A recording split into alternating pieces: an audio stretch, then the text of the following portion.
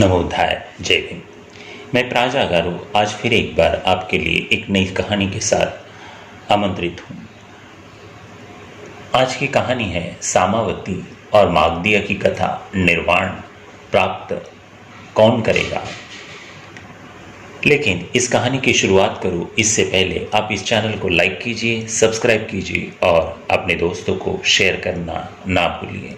तो सुनते हैं सामावती और मागधीय की कथा गाथा।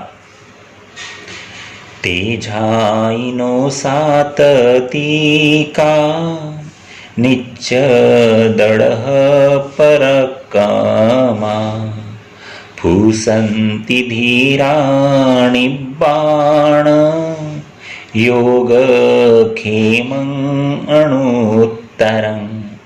अर्थात ऐसे सतत ध्यान करने वाले सजग सदैव दृढ़ पराक्रम में लगे धीर पुरुष उत्कृष्ट योग क्षेम वाले निर्वाण को प्राप्त कर लेते हैं। कहानी सामावती और मागधीय की। मागधीय ने एक बार फिर षड्यंत्र रचा। उसने अपने चाचा चुल्ल मागधीय के साथ मिलकर उस महल में आग लगवा दी जिसमें सामा रहती थी। सामा और उसकी दासियां आग में झुलसकर मर गई।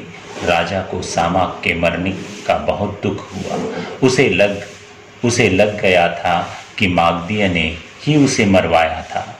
लेकिन इसकी सत्यता जानने के लिए उसने मागधीय से कहा, जब तक सामा जीवित थी मुझे भय बना रहता था कि कभी न कभी मुझे मरवा देगी। अच्छा ही हुआ कि वह मर गई। निश्चय ही कोई है जो मुझे बहुत प्रेम करता है। उसी ने यह करवाया होगा। मागधीय राजा की बात सुनकर बहुत खुश हुई।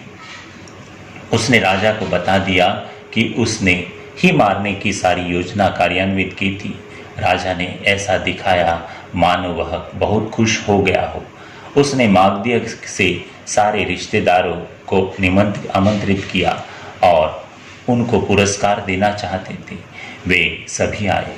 उनमें उसका चाचा भी था। उनके आने पर राजा ने सैकड़ों सैनिकों को आदेश दिया, सभी को गिरफ्तार कर लो, कमर तक जमीन में गाड़ दो। सैनिकों ने राजा की आज्ञा का पालन किया। रानी चीखती चिल्लाती रही। उसे तथा उसकी सारी दासियों को जलाकर मार दिया गया। भिक्षुओं ने रानी के अंतरपुर को जलते हुए देखा। बुद्ध को इस बारे में बताया। उन्होंने शास्त्र से पूछा कि सामावती की क्या गलती हुई। तब शाक्य मुनि ने बताया, जल जाने वाली उपासिकाओं में कुछ श्रोतापन्न थी, कुछ सत्कृतागामी थी और कुछ अनागामी थी। उनकी मृत्यु बेकार नहीं गई। शास्त्रा ने शिष्यों को समझाया कि प्रमाद करना मरण का लक्षण है और अप्रमाद जीवन का लक्षण है। साधु साधु साधु।